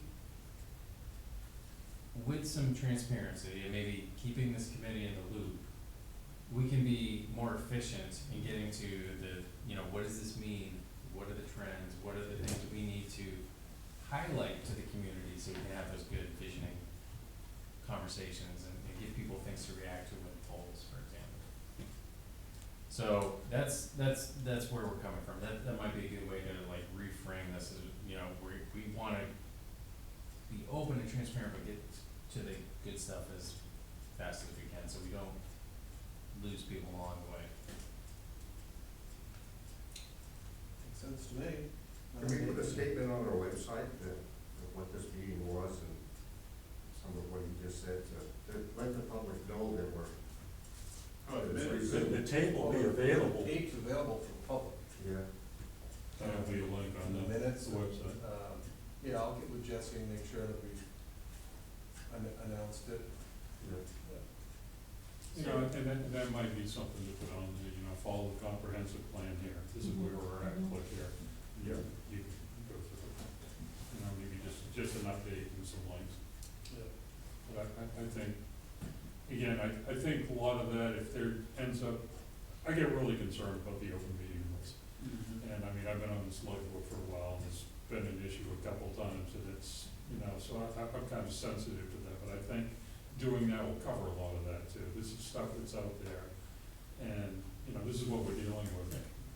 Come to a meeting, you know, come, if you got something to say about that, show up, you know, that kind of thing. So for the no purposes, next meeting to be determined. I think that's right, yeah. Tentatively scheduled for August, To be determined. or TBD is probably better. TBD, yeah, let's stick with that. You know, because we might decide, as Mark had said, that maybe we Yep. wanna meet in July, we've got enough from them, and we wanna, you can zoom in and we'll, you know, give 30-40 minutes of feedback. Yeah, we can, encourage you guys. I think that makes sense. Great. So, that said, that's all we had for presentation. I really appreciate the context for some of the data and some of the results and the other things that Jesse had sent over. It was great to drive around. Noel and Suzanne were our tour guides, and, yeah, and he showed us the lunch spot, Yeah. which was great. So, The Airstream Yeah. at, Quite Rich Helke spoke on. The other Airstream. Oh, yeah, yeah, I forgot about that one. there's another one? It's not in the ocean Believe yet? that thing is still there. Did you go from one end to the other? You didn't see the. Yeah, it's not a lunch place, no, it's an inside joke. Okay, okay. Well, See, if you were a real Tremonter, you'd know. Soon enough, soon enough. we went to the one with the good fried chicken. Yeah. Is that what you have? Are you familiar with what islands are in our town? I Well, guess, actually, I did have a question about that. I'll be doing a lot of the mapping work and, you know, obviously, we know there are a number of islands, but, are there people, and I'm still relatively new to the area, are there people that live year round on the Ghats? No. Nobody year On round none of the there, no. islands? Okay. No. In fact, on none of the islands. No. There's None of the islands have Okay. year-round residents. It's a little tough to find out which islands are included in which town. Yeah. Because it's not Yeah. very obvious. Yeah, It's not a direct one. Yeah. right. Yeah. Is that accurate? That, as far as I know, it is. The state provides data, Yeah, some boundary yeah. line data, Yeah. and that looks familiar from the maps we've started, but That's good. there's a lot of little islands, yeah, You figured out the municipality and village structure, yeah, Yep. which is a bit confusing. Yeah. Yeah. yeah. The Bass Harbor Library is located in the village of Bernard, Right, right, which right. caused great confusion for the state librarian who came to visit. And I still maintain Center isn't really a village. Okay. I'd agree with that one. Yeah, that sign appeared, I'm gonna a read lot of it. people surprised. so I guess the one thing I'd say before we kind of wrap things up is what we started to look at and didn't get to when we were working on this before, and what will be important is the public engagement pieces that we had planned, one or two of those, will be very important. And I don't know what, if you've given, so start thinking about that and what you think makes sense, and I'll also tell you, the time of year you do it makes a difference. Because if you do this, if you do these in November, you're not gonna get any of the people that live here in the summer. You can only get year round. So we were trying to do it such that, you know, you at least have one in the summer, so you can get the seasonal folks. Right. It could be as late as September. Mhm. I think that's a really good argument for Zoom meetings, to be honest with you, because an awful lot of the I think- property owners here, you know, it's their second home, and they do represent a lot of the town. Yeah. And, I mean, they should have, opportunity. Don't Well, forget that's the what I'm saying. remote participation policy. Yeah, I mean, I thought that had been modified by the state. look, I think Yeah, that when you're doing yeah, it those doesn't workshops, exist anymore. Yeah. when you're doing those workshops, trying to do it with I Zoom thought they is extended ridiculous. that one. It's like Hollywood I think sports. so. Sure. We should I would try to schedule at least one where you pick up the summer folks. Okay. Like if you're gonna do two, preferably both, but maybe, you know, try to, if you do it after September, before May, you're gonna get the year-round folks, but you won't get any of the summer folks, and that will be, they will not be happy about it. And they were talking about in the fall, doing it in the fall, right? Right. Yeah, so I can give you an overview now, and I can email this to Jesse for distribution to the group as well. But, for the visioning work in the fall, we had wanted to review the survey and dig more into the survey data at that point. And then follow that up with, up to 3 additional topical, like the focus on those topics, whether it's housing, waterfront, business residential mix, climate, schools, like, you know, we can pick a few of these to develop some additional questions and dig a little deeper, and do some online videos and surveys to kind of go with those videos to say, here's what we found, and kind of explain it in a 2-minute video. What do you think? What else do we need to be considering? And kind of like just maybe 5 or 6 questions for each one of those specific topics. Are these meetings, are you talking about visioning meetings or data collection meetings? They would be an online video. Like here's a quick summary of what we found and what we've heard already through the process. And here's a short poll focused on issue number 1. Okay, so more visioning. Yes. Okay.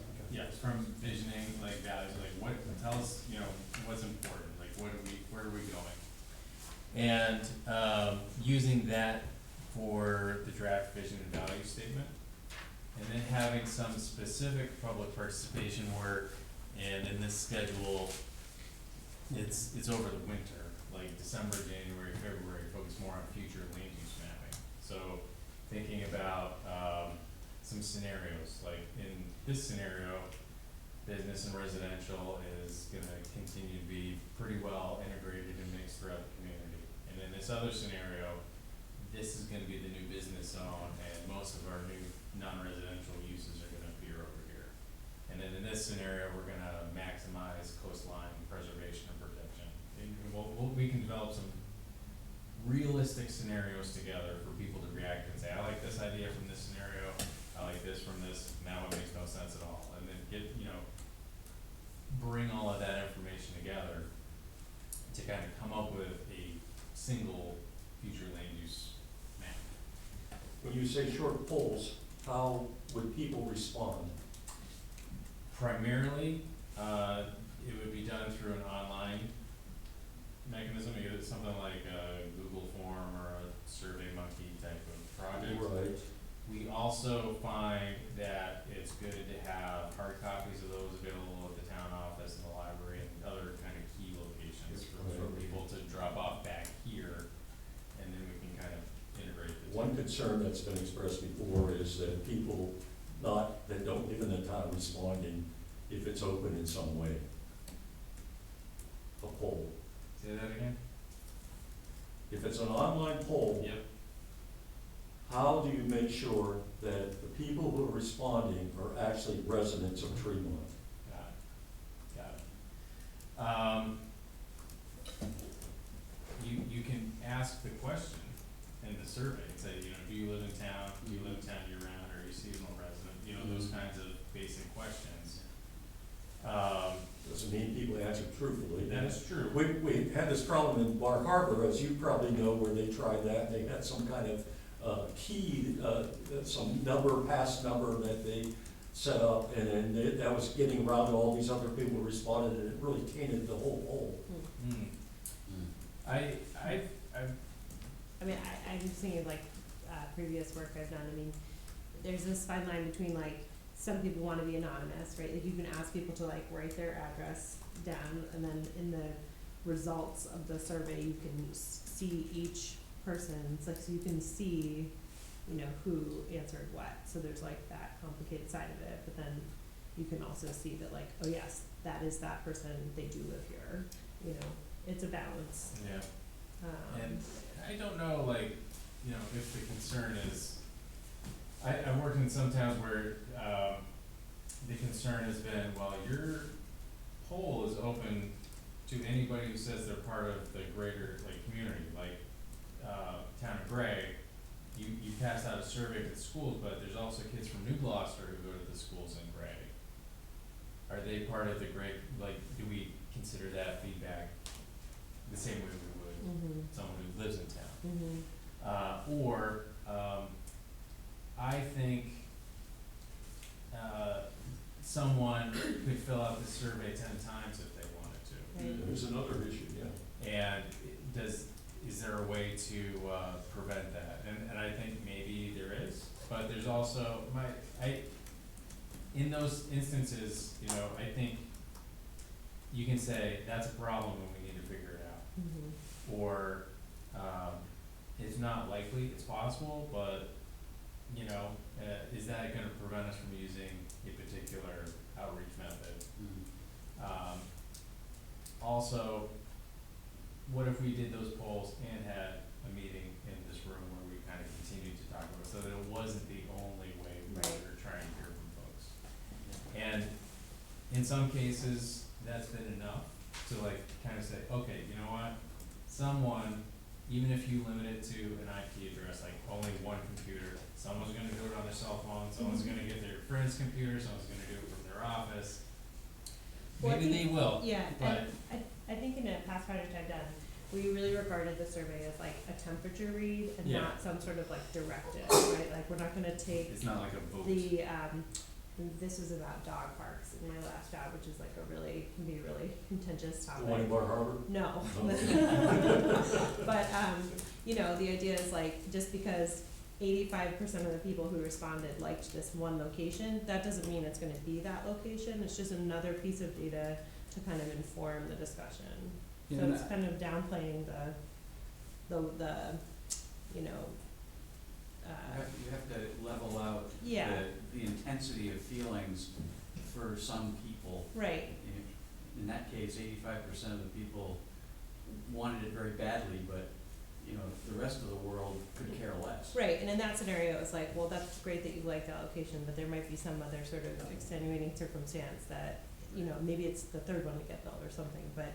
it doesn't necessarily mean it's gonna like exactly dictate the policy or something, yeah. And I've reviewed the results of the survey, the former survey that was done here, and, you know, for example, you have, the demographic questions, what's your age category? And, you know, there's a high number of people who checked a certain age category, that, well, that's not data that we're gonna take and say, well, that's the town. It's it's representative of the people who responded, but when I want the age demographics for Tremont, I'm gonna go to the census, and it's gonna be much more accurate. And then when you get down to the more, qualitative questions, like what are the things you really care about? We're not counting like, oh, this number of people said, you know, campgrounds, therefore, that's the percentage of importance for, it's more just like, you know, a lot of people seem to be concerned about campgrounds, which Yeah. we know, but, you know, it's interesting to say, you know, a couple people mentioned that they're really concerned about, you know, transportation, the conditions of roads and culverts, or there's a handful of people who've brought up climate change, and it hasn't been something that, you know, has been brought, so it's not necessarily, unless somebody's gonna come in and bomb it with 5,000 auto responses using some kind of, you know, internet bot that's just gonna bomb the responses, and you go, well, now this is invalid, because we can't even read this anymore. If it's, you know, even if somebody responds 10 times and says, you know, puts their age in 10 times and says campgrounds, you go, okay, well, we know that's a big issue. Somebody cared about it enough to respond 10 times. So it's an important issue, we get it, but let's look at what else is in here, dog parks. Somebody's saying, you know, we really care about dog parks, that's an interesting response. So the difference between that quantitative analysis of what you get and the qualitative bit to kind of make somebody's effort to try to taint the results a little meaningless, so. So in other words, you're not as concerned about it as I was. Yeah. It's a reasonable concern. Yeah. It is, I think the risk is. There's ways to like set it up in a way to like, you know, try and mitigate that. Yeah, I've seen, literally, someone said, someone in Russia is gonna take this survey, and then our municipal budget will be set off of data that has come from outside this community or outside this country. Next thing you know, we're gonna be attacking Ukraine. Right. So, I find that unlikely. Yeah. It's- I find somebody tainting the end product of the, You know, plan but- through the survey very. Yeah, I mean, it's a data point. it's Mhm. part of it, but, you know, it needs to be weighed with the other things we're. So actually, conducting some mini surveys on questions could be just as useful as holding a community forum where we actually have to get together with members of the community, correct? Potentially, I mean, some of these things, like, it's the difference between, like, do you support, strongly support, don't support at all, like, you can ask those in a survey. But that's different than if you are in a room with people and say, you know, what do you guys think about this? And, you know, you get a different kind of interaction, different kind of output, I guess, data from that, you know. So we need them. I think it's smart to cover both. Mhm. Yeah, I mean, that's why. All like temperature reads, yeah. So we've got the survey done, and we've got an idea that we wanna do a few more focused, kind of short poll type questions. And we've got, future land use focused, day-long, workshop in a room like this, where we can have maps in the corner, and people kind of drop in during the day, and then do a couple structured, like, if you are here at 4 o'clock, we're gonna be talking about this, if you're here at 7 o'clock, we're gonna talk about this, and, that's an outline of the public participation plan. We will be following up with more of a, kind of a 1 or 2 page summary of what that public participation plan is for you to have in front of you. And that's gonna be something we'd be interested in getting some feedback on. And if you're like, look, we don't need 3 polls, maybe we can do 1 or 2, but let's use that additional energy for, you know, something else.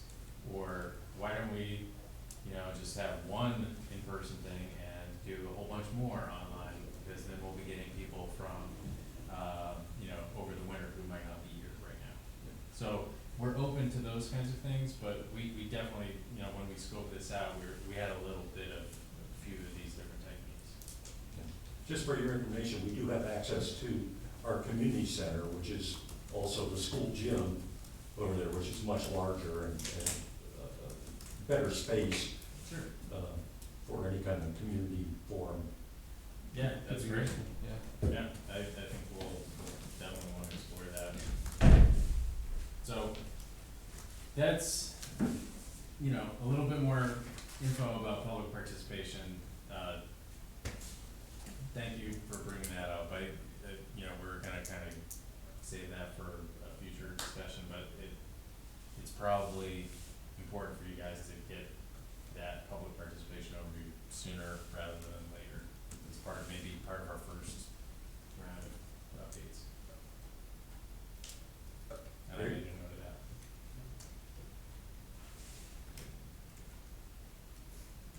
Anything else? I don't know how precise of a time, if there's an adjournment time, but I feel like, Do you need a motion to adjourn? I feel like 2 hours is pretty good. Do you have anything more?